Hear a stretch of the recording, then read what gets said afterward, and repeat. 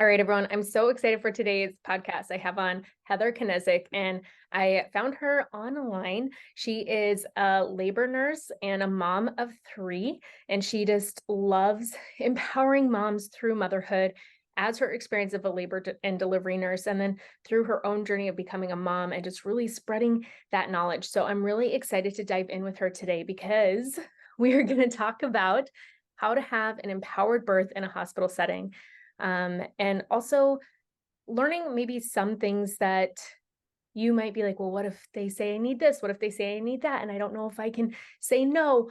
So to how to really not be afraid of what you can and cannot do. And to learn to be in control of your experience with little intervention. So I'm so excited to dive into this with you today, Heather. So thank you for coming on the podcast. Thank you so much. I'm excited to be here. Yeah. I feel like I have to apologize every single podcast because where I'm at in my pregnancy, I'm so out of breath. So I feel like in No. between sentences, I'm like, da, da, da, da, Yeah, da. Like, just I trying to like remember make it through. I remember that. Oh my gosh. We're almost there. I know. So I'd love to start with how you got on this journey, from being a nurse and then wanting to educate women on their options in a hospital birth. Because I feel like, actually, I don't know. I feel like with nursing staff, I see a lot more of this type of education. The last hospital birth I was at, they were all taking like spinning babies courses, and they were so like into all of that. And I know that there's still some like old school minded people out there, but it Yeah. seems to be like almost more of the resistance with the OBs, or even nurses being bound to like hospital protocol. So what made you kind of want to merge your field of being a labor and delivery nurse into educating moms? Oh yeah, for sure. You're right. I feel like as a labor and delivery nurse, I see both sides. And especially as a mom, I've seen both sides of the curtain. Being on the side where I have policies and procedures to uphold and old school doctors, putting pressure on what we do as nursing staff. But also, I've been on the other side of the curtain as the patient, ready to advocate for myself and knowing what I want and what I don't want. But ultimately, I've been a labor and delivery nurse for almost 10 years. It's been since 2014, but it wasn't until I was about 2 years in after I became a nurse that I got pregnant with my first baby. And when I was pregnant with him, I wasn't afraid of birth. I had been a labor and delivery nurse for 2 years, and I had seen birth unfold in every which way, but I knew already that birth, although it wasn't something to fear, it was something I had to work towards if I wanted it to be how I envisioned my own birth to be. Because I saw women give birth, like I said, in every which way. And I always noticed that the women who knew what they wanted, knew what they didn't want, and had some sort of education under their belt, those were the births that I enjoyed so much. And I felt like those were the births that I could aspire to be like when I was pregnant with my first. I also knew about some of the choices that I would make in labor because I definitely saw as a nurse how some interventions were overused. And so I was really set up to have an empowered birth with my first. And I'm really fortunate for that. But I not only wanted it to be empowering, but I also wanted it to be unmedicated. And I just felt like I watched women have their empowered, unmedicated births in the hospital, and it really tugged at me in all the right ways. I felt like, oh man, this is what I want my birth to be like. These women are the ones that I resonate with the most. So I thought that just because I had seen women achieve it and I saw the tools that they were using and how calm they were, that I would be able to do it too. But I got an epidural at 4 centimeters, and labor was just so much more than I thought it was going to be. Even though I had 2 years of experience watching other women do it, it just turned out that it was more than just, hey, I want to do this. I Right. needed more education and I didn't realize it. And then it turned out that postpartum was harder than I expected it to be, and breastfeeding was more complicated than I thought it would be, and just being a mom in general was so much more than what I thought. So I found myself on blogs a lot, I would search on Pinterest for mommy blogs that maybe validated the way I was feeling, or to find tips to get over certain hurdles that I encountered as a new mom. And I felt like, I don't know, something was missing. So I decided about a year postpartum that I was going to fill that gap and start my own blog to support new and expecting moms. And that's how A Life in Labor was born. And I started blogging about pregnancy and birth and postpartum and motherhood. Then fast forward to when I was pregnant with my second baby, I really wanted to experience an unmedicated birth that I didn't get to have that first time. And I continued to see other women achieve it all around me. So I dove in to all the education, how to have a euphoric unmedicated birth. And I started talking about it more, practicing with my husband, practicing mindset work, preparing my body. And I did end up having that incredible unmedicated birth that I always wanted, and it changed my life. So from there, I created a birth course, and I've since helped empower and support women in having their best births and postpartum experiences possible. So it was like just a mix of like being a Mhm. labor and delivery nurse and then having my own babies. I felt like I needed to spread the love. Yeah, I so resonate with like so much of what you're saying because I feel like I did do the work for my first, but it still just like didn't go as planned. Um, but what shifted for me was my role as a doula, like after having my first, because I was a doula before then, but I was kind of scared to advocate in certain situations until I was in labor myself and I knew my options. And I had like a nurse arguing with me over something. And I Mhm. was like, I don't have to have a hep block. Like, I know this. I know that this, like, and she like sat there and argued with me. And then my husband's getting scared. I'm watching him be like, well, if she says you need it, like, maybe this is something you really need. Like, almost, well, what happens if we don't, you know? And it's like, well, nothing will happen if you don't. It's just that later in labor, sometimes it's harder to give it because your veins might collapse. You're under stress. I know that, you know, like I knew going into it what my option was, but she still like argued with me. And I'm like, I'm telling you no. Like, you Oh know, my and I'm like, God. it was just like frustrating. And that was like right when we get to the hospital. So just like learning, holy crap, like, and then feeling like, wait, can I even questioning myself? Can I not say no to this? Yes. Like, am No, I that is allowed to do so this? true. I feel like I just had this conversation with someone recently about the support person because it's so important. So we tell moms all the time, you need to work on your mindset. You've got to create a relaxing environment. You've got to figure out what mantras and affirmations work for you, right? And then we forget that there's like a whole person standing there next to you that's going to create the vibe of your room. And if they're not fully in with whatever decisions you're making and they're not as educated as you are, that's step one in like that tumble down a hill of like, well, maybe not. Well, maybe I can't. Well, maybe I shouldn't.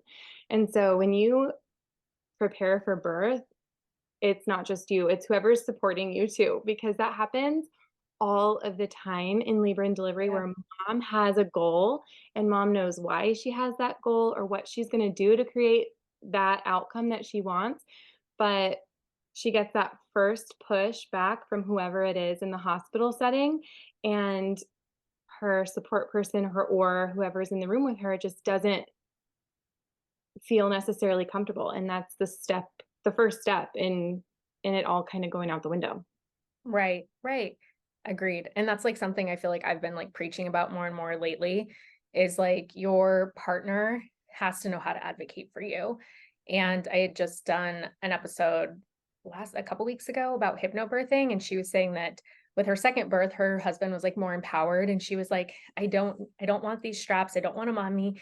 And they were like fighting her on it. And he like went over there and ripped them off of her. And he's like, she doesn't want these. Like, we're done with it. Like, and he Yeah. stood up for her. And I'm like, that's so hot. Like, you know, and that's what she said too. She was like, I was like, oh my God, like you are my person. Like you feel so empowered. But it's so easy when a medical person, because I see also like the other side, like I've been at births, you know, where that fear's coming in. So then like their partner's like, well, I want her to be safe. I want her to be okay. So whatever you guys think you need to do, do it. Mhm. But not knowing that education piece is like so, so vital. Yeah, here's the thing. We want you to feel that way. We want you to feel like whatever she needs, let's do that. But it's important that you know when it's a need versus when it's a preference of the Yeah. hospital or the provider, and when something is out of convenience versus when it's something that will actually benefit you and your baby and your birth.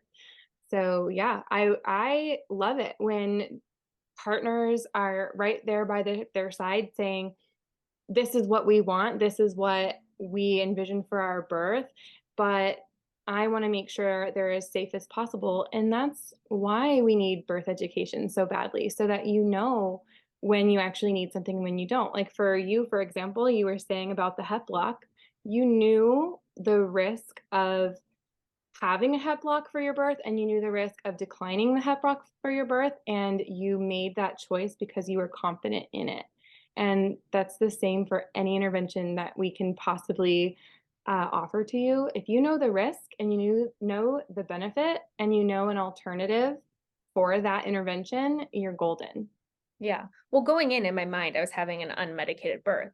I ended up later getting an epidural and needing an IV, but uh, they had no problem putting it in. And if they did have a problem putting it in, I didn't know it because I was in so much pain from my labor. Like, Yeah. to me, I don't think that there was a problem.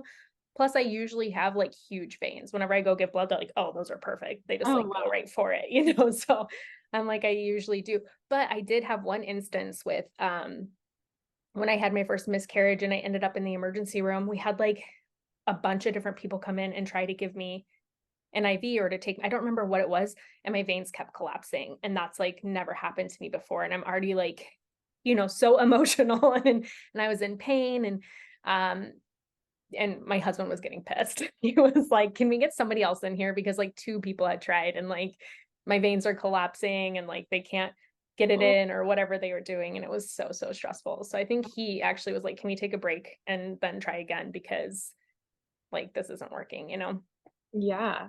But but yeah, I mean, totally. I want to dive into then because you said something earlier, which I agree with. Like if you want an unmedicated birth in a hospital, whenever I hear somebody be like, I want to have an unmedicated birth in the hospital, but if I end up needing the epidural, I'll get it. Anytime I've heard anyone go in with that mindset, they get the epidural Huh? because you have to do the preparation work, and that requires a childbirth education course, that requires mindset work, that requires like just dealing with discomfort, Right. like in your body. I remember the other day, I don't remember what it was. I think I had a headache. I had the worst headache I think I've ever had in my life. And just telling myself to breathe through it. Cause I'm like, in your last birth, because my second was unmedicated, I'm like, you have to breathe through the pain. And that's like been such a coping tool since I had my second. And then when I was pregnant with her, anytime I had discomfort, I'm like, okay, let's practice not tensing up your body. Let's practice relaxing it. Let's practice breathing through it. And you have to do the work if that's your desired outcome. Um, and there's no problem with getting an epidural. It's just if this is the birth that you want, you have to prepare for it. Yeah. But you do hear a lot of women who go in saying, I don't want this, I don't want this. And then that plan goes completely out the window. Everything goes sideways. So I'd love to talk about like why do hospitals have kind of, I wouldn't say they have a bad reputation. I think depending on what world you're in. So maybe if you're in my world, I do have biases for sure. I don't think that hospitals have a bad reputation. For me, it's like your providers finding the right ones and things like that. But they can. I mean, I constantly hear stories of I don't want to be induced. I don't want to be induced. Well, they told me I have to be induced.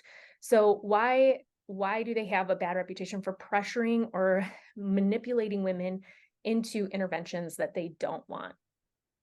Well, first of all, I love that you don't hold that hospitals have a bad reputation because obviously I'm a labor and delivery nurse. I work in a hospital, and sometimes it breaks my heart when people have like so much fear of the hospital. I consider myself really natural minded in a lot of things. And I love unmedicated birth. And I love when women come in with birth plans, but sometimes there's such a wall because people have heard negative things about giving birth in a hospital, or giving birth in a hospital specifically with the intention of not having interventions. And we have to keep in mind that women from all walks of life are giving birth in hospitals. So hospital staff are really familiar with caring for families that are high risk. Not everyone that walks into a hospital is a low risk, healthy mama ready to give birth to a low risk, healthy baby. So sometimes these interventions that are offered are needed to keep women safe. But I think that the problem comes in when a person needs one intervention to keep them safe, and that one intervention leads to the next, which leads to the next, which leads to the next. Or when the birth workers get so used to families that need a lot of support that that becomes more of the norm. And when Right. someone else walks in with very little needs from a medical standpoint, it becomes uncomfortable for the team to let go of that control. So it's important to know where you fall on that spectrum, and you might have different needs than your friend or your neighbor when it comes to birth, but the most important thing is that you know what's appropriate for you, because there's a lot of things in the hospital that have become standard or automatic in hospitals that may not actually be relevant to you or appropriate for your situation. And I think that the bad reputation comes in when women that are high risk, like you mentioned, like someone that really does need an induction for a medical reason. And they come in not understanding why interventions are being offered, or what is happening, or how it's helping them, or what their options were. And they just start rolling with the punches because they feel like they have to, until it feels like they've just been beat up and trampled all over when every single thing on their birth plan has been thrown out the window. And she had no idea how it all happened, or her perception of birth is just that the hospital team threw her birth plan out the window the second she got there, and she had no chance, even though she had preferences that they didn't seem to care about. Or on the other hand, when a low risk mama comes in and automatic or standard interventions are offered to her, and she Yeah. interprets that as meeting them, Yeah. or that her team requires them, or that she wasn't allowed to ask for something different. And then she inadvertently falls into that same cascade of interventions that wasn't needed too. hmm Um, I think that's like a really good explanation. And I saw it at the last birth that I attended, because I think that we build up in our mind that, like, if I say no to something, there's going to be this huge conflict and all this other stuff. And the last birth I was at, she was very educated. We did a ton of prep work, and she refused a lot. And I will say, like, the reception to what she refused, like the first intervention that they wanted to start was Pitocin, because her water had broken. And it hadn't even been that long. And she's like, I don't want to do Pitocin. And then the OB was like, okay, well, if you don't get it by this time, we're going to talk about a cesarean. And she was like, no, like she said no to both. And they left her alone and didn't bring it up again Yeah. for like 24 more hours. And then at that point, we're like, maybe we should try a little bit of Pitocin, because she had been 4 centimeters for a very, very long time. Um, but she knew the risk of being on Pitocin for a really long time. And that's just something that she decided she just really didn't want. There was like something else that a nurse came in and suggested, or cervical exam, since her water was broken. She's like, no, they'll be like, well, let's check you. And she'll be like, no, why don't you come back at 8 and we'll see how I'm feeling then. And they're like, okay, like there wasn't this huge brawl. like, sometimes there can be. I mean, that lady argued with me over a heplock for like 5 minutes. Mhm. Um, but a lot of times, like I feel like they also can tell, like, when you're educated and you know what you want and you're standing in that they're like, oh, okay. And then I think that also kind of gives you a glimpse of what's necessary and what's not. Because, like, let's say you are refusing something that they're like, man, like, we really, really feel that you need this. Like, then they're going to push even harder, Right. for it. So it was interesting. Yeah. Cause at that last birth, I was like, oh, everybody's like taking everything pretty well. That's nice. Yeah. I mean, that's honestly my experience. So I worked in 2 hospitals over the course of the 10 years. And both hospitals, I feel like, have had that same vibe, maybe more so the one I'm in now, because I used to work in what is it? A teaching hospital. Sorry. I could say that over. I used to work in a teaching hospital, and it was so much worse because people are trying to get more interventions in because they're trying to educate themselves. Mm, But my experience most of the time is pretty laid back, even with providers that do encourage use of a certain intervention more than others. If people say no, then it's no for the most part. But here's the key. Like how you mentioned earlier, when someone comes in and they're like, "Well, I'm going to try not to have an epidural, but if I need it, I'll get it." There is that same attitude for every intervention if you can think about it. So, you're eventually going to need pain intervention.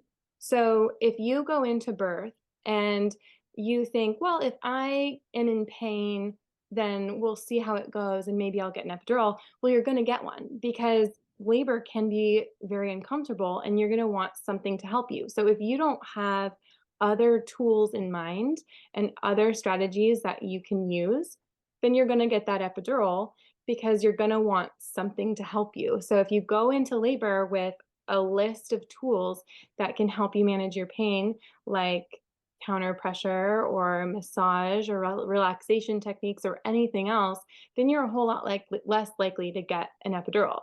And then the same goes for, let's say, cervical exams. Eventually, you're going to want to know, or your team is going to want to know where you're at. So if you don't want a cervical exam, how are you going to manage knowing where you're at or knowing whether or not you need intervention? And a lot of the times women, if they've taken a birth course and they understand labor, they can tell in themselves when they've hit transition. You can tell within your own body when you're ready to push if you have that education. And so if you don't have that and you're just declining cervical exams, most likely that part of your birth plan is also going to be thrown out the window because you don't have something to replace it. And then for Pitocin, if you're being offered Pitocin, it's probably because labor is not moving very quickly or not moving at all. And you don't have to accept Pitocin, but if your contractions aren't coming or if your labor is not coming, what are you going to do to replace Pitocin? If you don't want that intervention, there are things that you can do as the laboring mother and the support person that can encourage labor to continue on in order to avoid that intervention. And for your IV, you didn't want an IV. So, what are you going to do instead in order to make sure you're hydrated, in order to make sure you and your baby have the hydration and nutrients that you need? You're going to hopefully be drinking your own fluids. You're going to have coconut water or electrolytes to keep you moving forward, to keep you hydrated and nourished throughout your labor. You have to have those things that replace the interventions that you don't want if your goal is to avoid those interventions. hmm Yeah, I definitely see that. I think again, like it goes back to education, but I still think that we overuse like interventions a ton. Me Um, like, yeah, I mean, it's there and it's easier to refuse if you know the knowledge. Um, but yeah, I've my second and first birth were definitely very, very different. But even with my first, like my team was so supportive, and that's like what carried me through, was the fact that I felt validated and heard and supported throughout it, and that I was educated. Because I think that if I wasn't and I had gone a different route, my birth would have been very, very different than the one that I had. Me Um, but I mean, do you think that you said that you see a lot of unmedicated birth in the hospital? So, or even like maybe intervention free birth, is having a baby in a hospital a bad choice for women who maybe just really want a hands off birth? No, not at all. And sometimes it honestly makes my skin crawl when I hear from other birth advocates that say that hospital births are all bad or that they're putting yourself or your baby at risk by giving birth in a hospital. We have to be understanding of women that really don't have another safe option. Granted, there are many, many women that can safely, happily, and responsibly give birth outside of a hospital, but there are still many women that can't, or they simply don't have the means to do so. Many insurances don't even cover home births or midwifery care. So when we say to women that hospitals are the wrong choice for you, we're setting themselves up for failure, or we're setting them up for failure by not giving them the resources that they need to have an empowered, happy hospital birth. It's 100% possible and actually quite common to have a beautiful, happy, empowered birth in a hospital with little and even no intervention. You just need to know what you'll do when you get there, how you'll set up your environment to make you feel safe, and what you'll do instead of the unwanted interventions, like how we talked about. It doesn't have to be a fight like how some people make it seem. There are, I'm sure, bad seeds everywhere you go, but in general, hospital staff and providers are not out to get you or to make your birth something that you don't want it to be. They just see birth through a different lens than you. And all you need to do is understand what type of birth that you want and what you can do to achieve it. Like, don't rule yourself out of an intervention free birth just because you choose to or have to deliver in a hospital. Yeah. I mean, I've definitely been at quite a few fear mongering births, and it's been like super, super frustrating. But I mean, the research though is there to show that for low risk pregnant women, midwifery care has way better outcomes than obstetric care. I know that there are quite a few midwives who do deliver out of a hospital. But it's just like, it's interesting because like even one of the births I was at, I'd say like a year ago, um, they were like in awe that she was 8 centimeters and like laboring on her own because they were saying that they do mostly inductions. Like almost everyone who comes there gets induced. And like where I live, the induction rate is so, so high. Like almost everyone I know, Oh my so God. it can be like really frustrating because so many people will tell me, well, I'm not going to do this, I'm not going to do that. And then they go in and the complete opposite happens. And it's like, well, where did you, like, where did this go wrong? And that is the education piece. It is that, okay, you said this, but as soon as the doctor was like, well, you have a big baby, we need to induce you. You were like, okay, instead of like actually learning the research and figuring out what's best for you, that this is actually the birth that you want. I mean, that is really, really important. And that's the only way that like, that's going to change.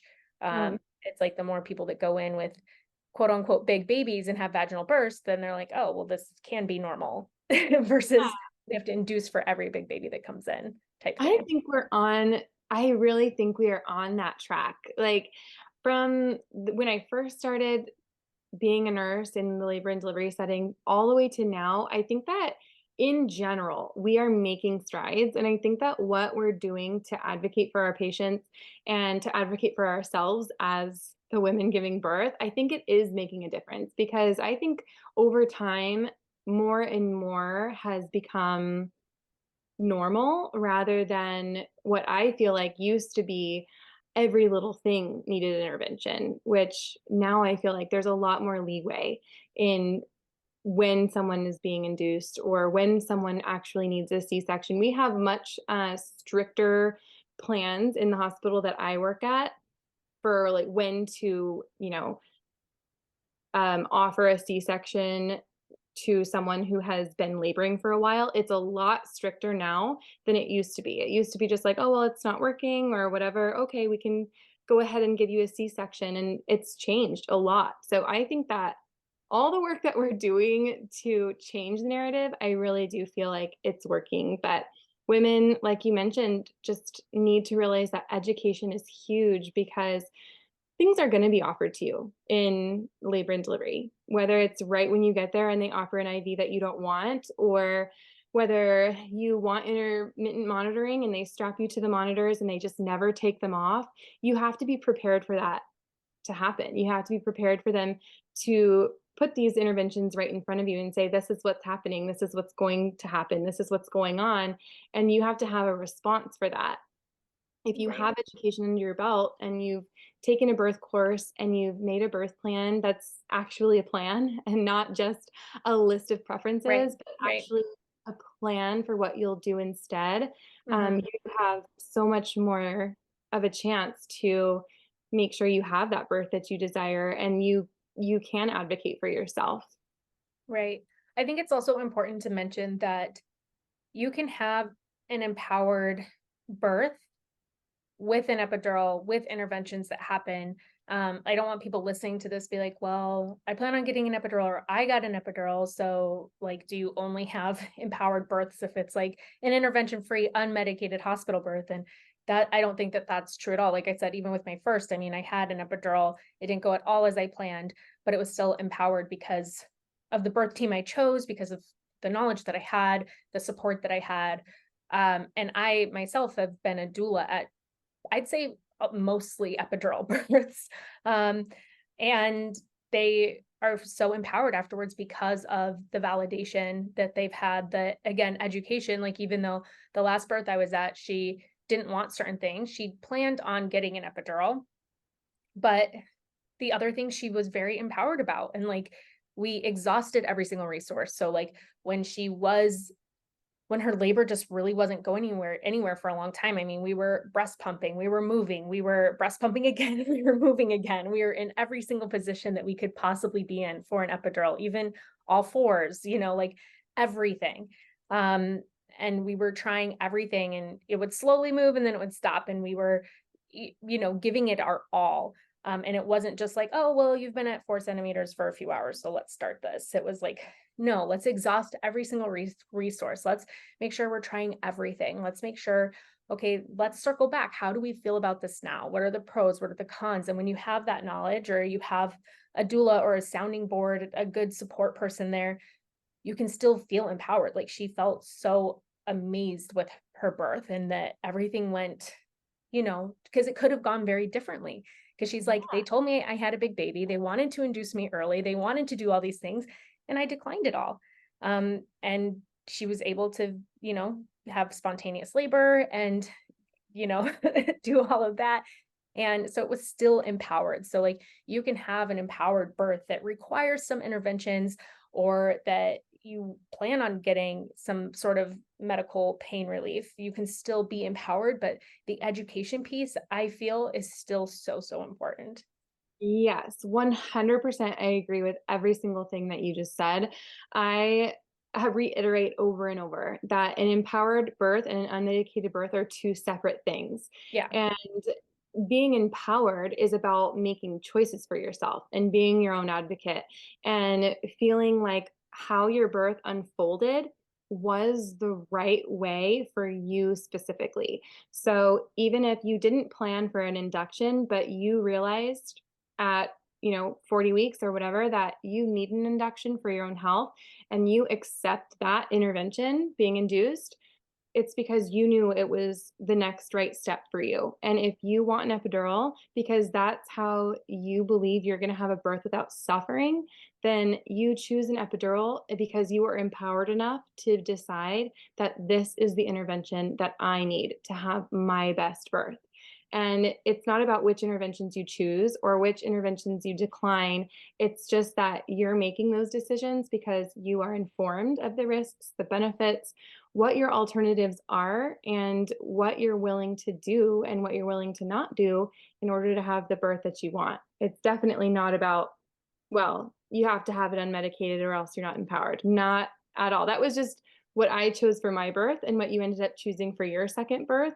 But you can have an empowered birth when you're unmedicated. You can have an empowered birth when you're induced. You can have your empowered birth when you have a C-section. Mhm. All of those things are decisions that you can make in order to make sure that your birth is something that you can look back on with a smile on your face and say, that was the best day of my life. Like, I am so happy with how my birth turned out because I'm healthy physically, mentally, emotionally, and I brought home a healthy baby because of how my birth went. Mhm. Um, so you bringing up the cesarean also made me think about how, I mean, there's so many options in birth that we don't know about. So, and nobody's like, it's not like you get this list, like, here's every single option for your birth, depending on what happens, this, like, in those stories where it's like, if you want this ending, turn to page this. There's like, no, like, if you have an induction, here's all your options. If you get an epidural, here's all your options. If you have a cesarean, here's all your options. Like, there's so many different ones that a lot of parents might not even know about. So are there options in a hospital setting that aren't commonly talked about? And how will parents know that they're available? Honestly, yeah, you're right. There's no big long list that I could be like, here, let me show you this check off list. But there are definitely options to every intervention that you're thinking about. So if you're listening to this and you're thinking, okay, well, this is how I envision birth, and I see that there's an IV and an epidural and continuous fetal monitoring, all of those interventions that you can think of in your mind about birth, there's also an alternative, and you can ask for them. Number one, if you know about them, but number two, if you don't, whenever something is brought to your attention. So you get to the hospital, you're being admitted, and they say, hey, I'm going to go ahead and start your IV.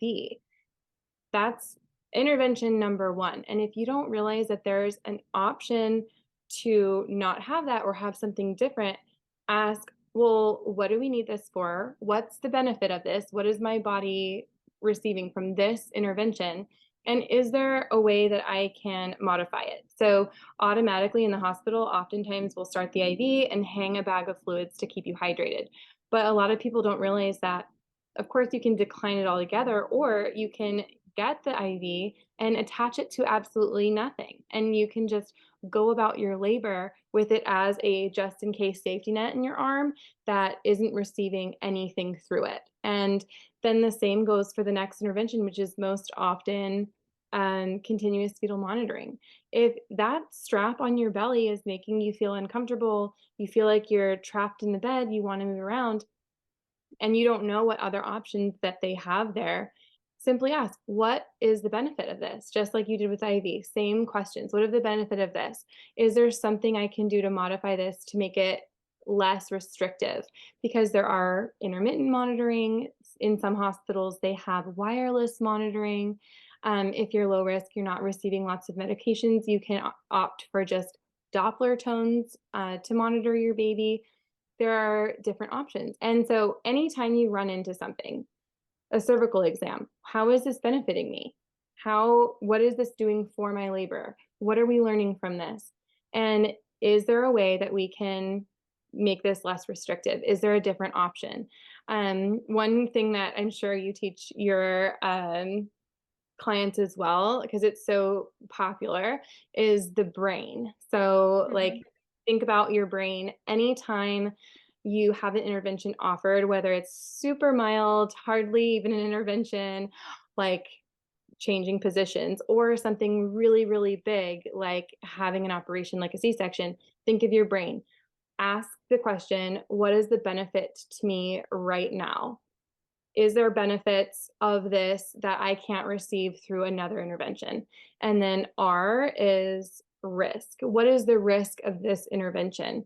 What is the risk of accepting it? And what is the risk if I decline it? And then A is alternative. What are the alternatives to this intervention? I know that you're offering me a C-section right now, but is there an alternative? What is my other option? And what can I do instead in this moment?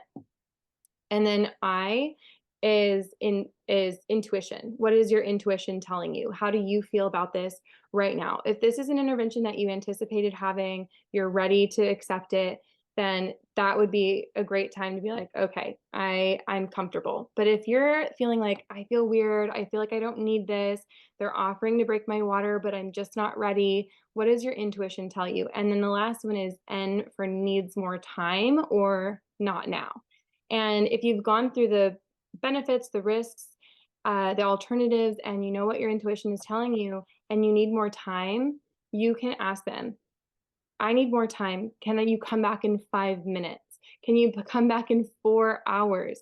It's depending on the intervention that they're offering you, you can ask for more time so you can think about it. Most of the time, obviously not every single situation, but most of the time, it's not going to be a now or never. You Mhm. can make one choice now, like how you mentioned your client did at your last birth. Like, no, I don't want that right now. But then 24 hours later, you make a different choice because you've exhausted your options. If you ever need more time to accept or decline any intervention, go through your brain. And that last step is just, you know what? I still don't have the right answer. Give me some more time. Mhm. Yeah, that's definitely an acronym that I use all the Yeah, time. me too. Um, how can Essential. you trust though? Because I know you were saying like it breaks your heart when people like are like, hospital births it's just hard to have a good one, basically. So like, how can you, because I've been at a lot of hospital births where there's a lot of misinformation spoken. So like, how can you make sure that they're giving you the right information back? Like when they're telling my client that if her placenta or if her cord pulses past a minute, the baby's going to get an infection and die, which is not backed by research at all, not even by ACOG. So it's like, how do you know that the information that they're giving you is correct, I guess? Yeah, that's a good question. So the first step that you're going to do is you're going to write your birth plan. Yeah, And I feel like writing a birth plan isn't just to be like, hey, here's a piece of paper of all my preferences. It's to benefit you in this exact circumstance. right, right. So when you write a birth plan and you have a bunch of check boxes on your birth plan that you've created for yourself, you've made this birth plan. This is not a one size fits all birth plan that you printed off the internet. You intentionally went over what you want and what you don't want during your birth. Make sure that you understand each of those bullet points. So, for example, if you have on your birth plan that you want to have delayed cord clamping and your personal preference is to delay cord clamping until the cord turns white, while you're still pregnant and you're still making that birth plan, it's important that you know why you want that. Is it Yeah, because some influencer online told you that? Is it because that's what your sister did? Or is it because you know that that will benefit baby by giving them a whole third of their blood volume back into their body that they would have otherwise lost? mm-hmm. You need to have that knowledge in your back pocket when you are in the labor room, because if you have that on your birth plan and you're like, I know that I want delayed cord clamping. But then you get there and the provider's like, but why though? No, Mm-hmm. this isn't beneficial to baby at all. If you've done your homework when you did your birth plan and you didn't print off a generic birth plan off the internet and you actually know why you want each of those bullet points, you don't have to argue with the provider. You don't have to say, well, actually, here's the study and present it to them. You just know for your own self, actually, I know better. I've seen the research. I know the benefit to my baby. And so I'm going to go ahead and continue to decline clamping the cord. This is something that I'm going to stand firm in and I'm going to decline because I've done my own research. And the same would go for any bullet point on your entire birth plan. You don't want cervical exams.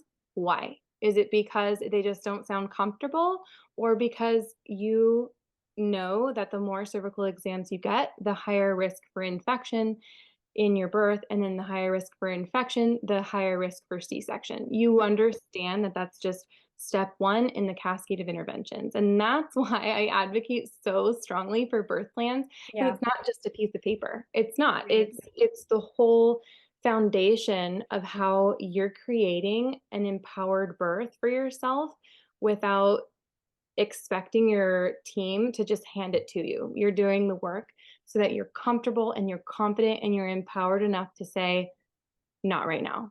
right, right. Yeah, I love that. I'm also a huge, I mean, the course that I'm making is a birth plan prep course where you go into every single bullet point in there and like dive deep on it with research so you can make empowered decisions for yourself, because I think that that's like, it's so important. I remember a while ago, people were like, well, it's like your preferences. And I'm like, I get that. I hopped on that ship for like a minute and then I got off. And I was like, no, it's your plan. Like, it's okay if things don't go according to plan, but this is the plan that I have, and this is my why, and these are my reasons. Um, but yeah, sometimes things do change, but that's also why we have in case of cesarean, in case of induction, all these different options on there. So you can feel empowered in every single situation. Because yeah, there are certain things that can arise. But then I think you have to be educated on it too, because you had mentioned earlier, like continuous fetal monitoring, and you're like, if you're not on medication. So somebody might have a generic plan that they printed off and say, okay, I plan on getting an epidural, but then they read the research on continual fetal monitoring and that it leads to higher C-section. So then they're like, no, I definitely want intermittent. And it's like, okay, but if you're on drugs, they have to monitor the baby to see how the baby's reacting. Yeah. And so that's something I would highly suggest doing? Like, let's make sure baby's tolerating medication, and staying okay in there. So that's why it's so important to be, you can't just print off somebody's birth plan template, Google each thing and be like, oh yeah, that sounds good. It's like, okay, but there is that cascade, there is that, okay, I want this and I want that. And it's like, okay, those two things don't go together. So Right. we It's need to true. like figure out how, which is, what do you want the most and how we can get there? Like maybe before you get the epidural, we try movement, we try hydrotherapy, you hop in the shower, you do some other stuff, maybe you do different things. And then when you get to the point that you're like, okay, no, I really want it, like it's in your plan, you might get it at some time. How can we put it off the longest then? So there's other things you can do, but that education piece is so, so important because yeah, I just love how you said you can't just check off like print it off and check off a bunch of boxes. Like there's research that goes into it that you need to know, in order to make these decisions. And then again, you're not going to feel like this birth is happening to you when they're like, no, we have to keep you monitored because you're on Pitocin now. And Pitocin, after a while, can lead to fetal distress. So we need to make sure, like, you need to know that going into it, that if you're like, okay, I'm okay with Pitocin, but not continual monitoring, that can't be in the same birth plan. Right, exactly. And you would know that if you did your due diligence when writing your birth plan and you had a reason. Yeah, if you had a reason for why you don't want continuous monitoring. Usually continuous monitoring is because you want to be up, right? You want to be walking around, you want to be getting into the shower and all of these things in order to progress your labor or in order to manage your pain. But if you're in the bed, and you're getting Pitocin or you have your epidural, you're not doing those things. That's protecting your labor process. So we have to make sure that we're doing our due diligence on our side of the curtain too, protecting your baby and protecting your labor as well. So yeah, research on each individual topic or each individual bullet point is so, so essential. Walking into birth is not the same as walking into the dentist. It's something that you really have to prepare for, and although you trust your team and you trust your doctor and you trust your nurse and all of these people want the best for you, you are the person that's going to make choices based on what's best for you and your birth and your baby. And you care about this experience more than anybody else in the room.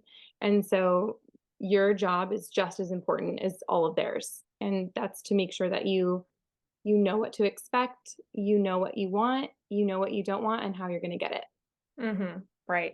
Yeah, you really do have to be informed and educated.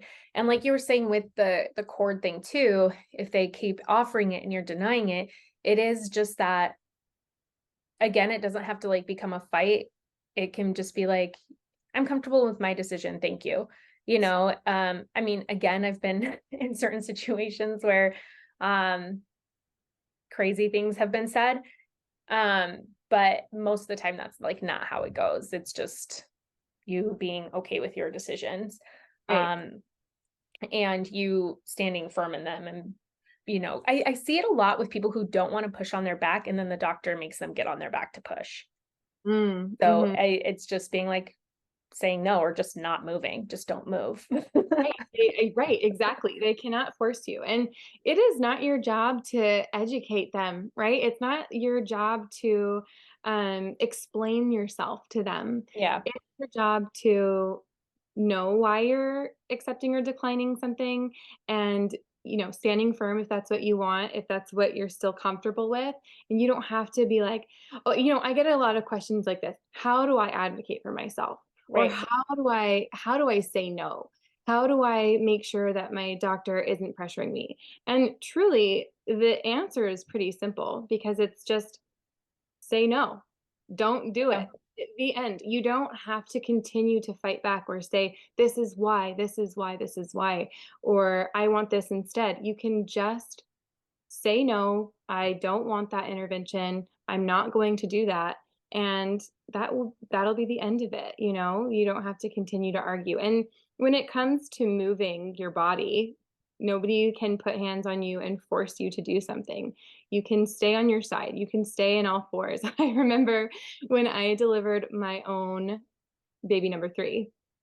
Um, I didn't have a preconceived idea of in what position I would give birth, but it was just whatever position I ended up being in, and Yeah. I just so happened to be on all fours when I started having, um, like my body started pushing for me, and I couldn't control it.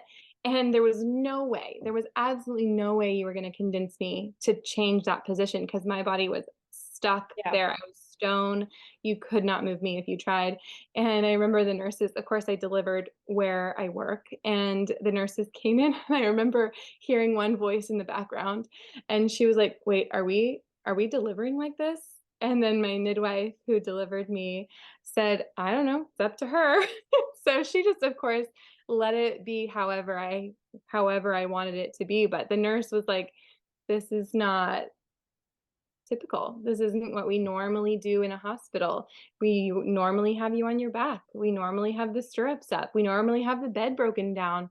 But that doesn't mean that it has to be that way just because it's suggested or what the norm is in the hospital. You get to birth however your body is telling you is the safest, easiest way to birth your baby." Yeah, absolutely. Before we wrap up, I would love for you to kind of share with us, being a nurse is long hours and a lot. So how do you, I guess, because I always wonder, I'm like, everyone I know who's a nurse, I'm like, man, God bless you. Like the night shifts, the long hours, so many different things.